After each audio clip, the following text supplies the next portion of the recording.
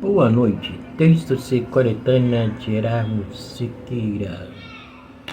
Lento, tema extraído de Voz da Consciência.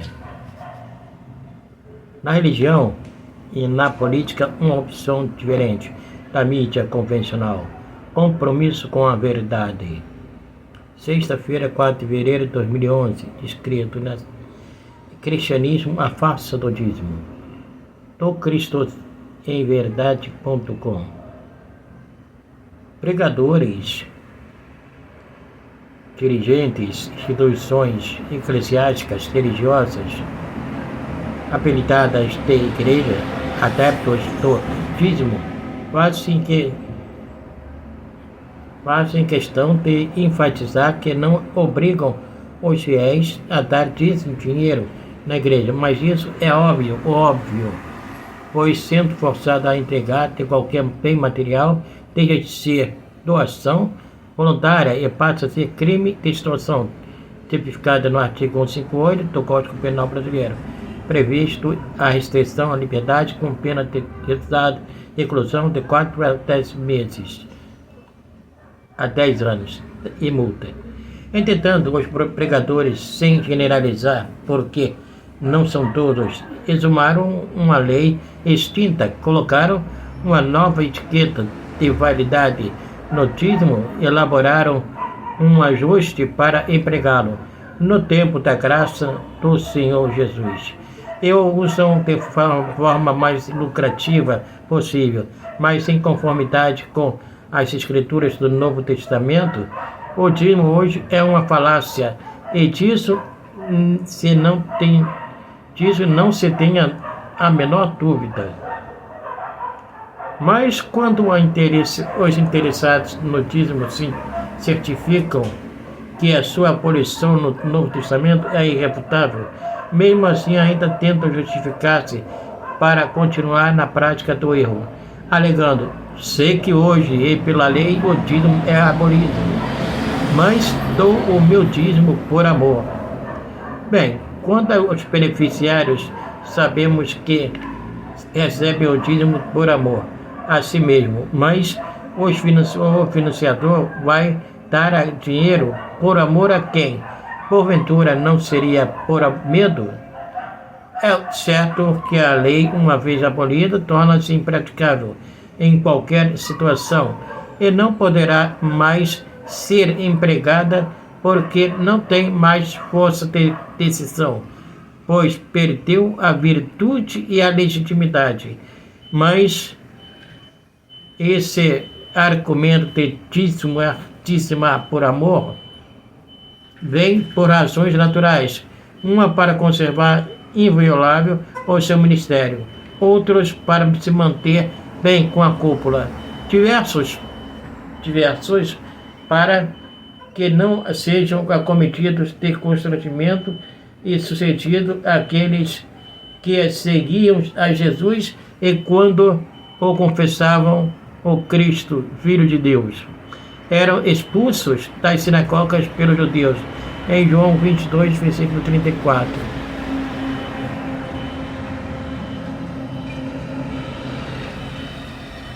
E a maioria dos fiéis optam pela omissão por causa do medo da maldição do devorador, porque já está incutido na mente as pregações persuasivas pelos beneficiários do dízimo, massificadas no livro de Malaquias 3, 8 a 11.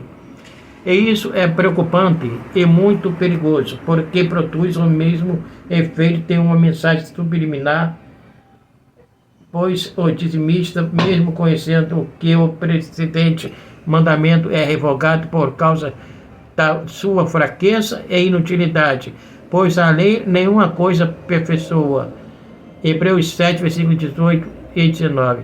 Às vezes tem o desejo de se libertar, mas não consegue por causa da pregação inicial com finalidade de amedrontar, a qual continua armazenando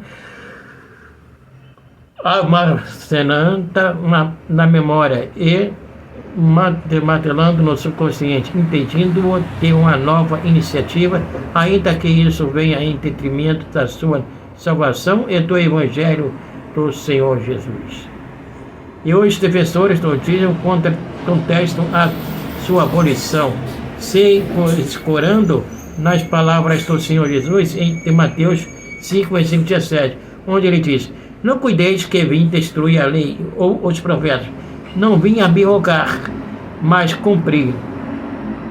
Como também em Mateus 23, versículo 23, ocasião em que Jesus censurou os escribas e fariseus, dizendo: ai de vós, escribas e fariseus, hipócritas, pois que ditais do dízimo da hortelã, do endro e do cominho, e desprezais o mais importante da lei, o juízo, a misericórdia e a fé.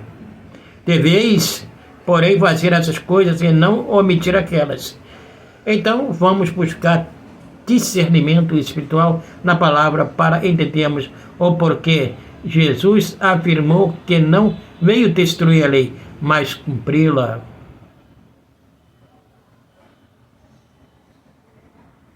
Assim,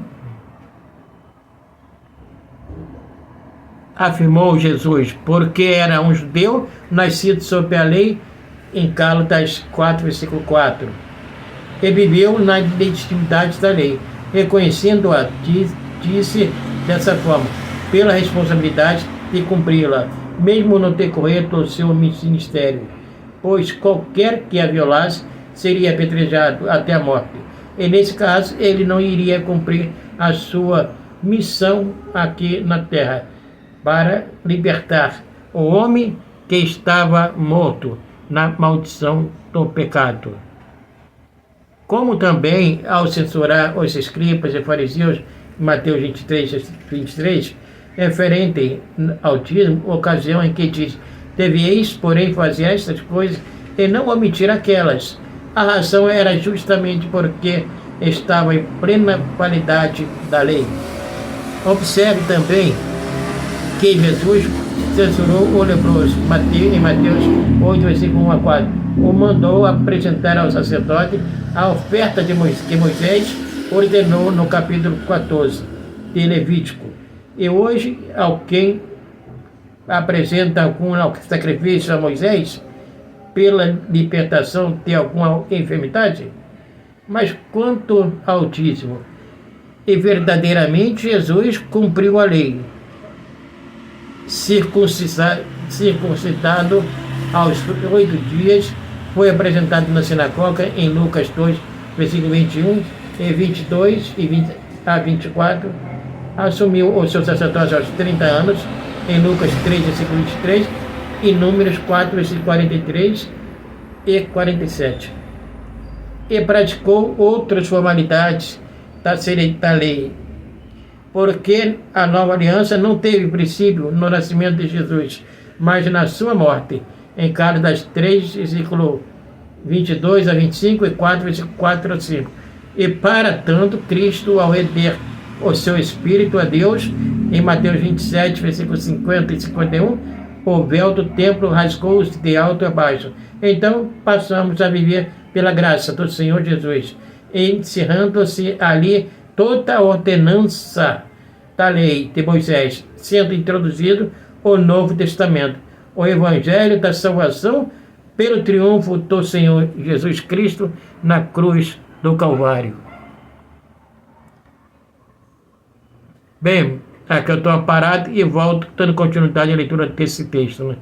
E deixando aqui, o que precisamos entender de vez por todas, que Cristo não veio a ensinar os judeus a viverem bem a velha aliança. Até breve, se assim Deus permitir. Gratidão sempre. Texto 50 de Irarmo Siqueira, na leitura, né, sobre a farsa do dízimo. Até lá.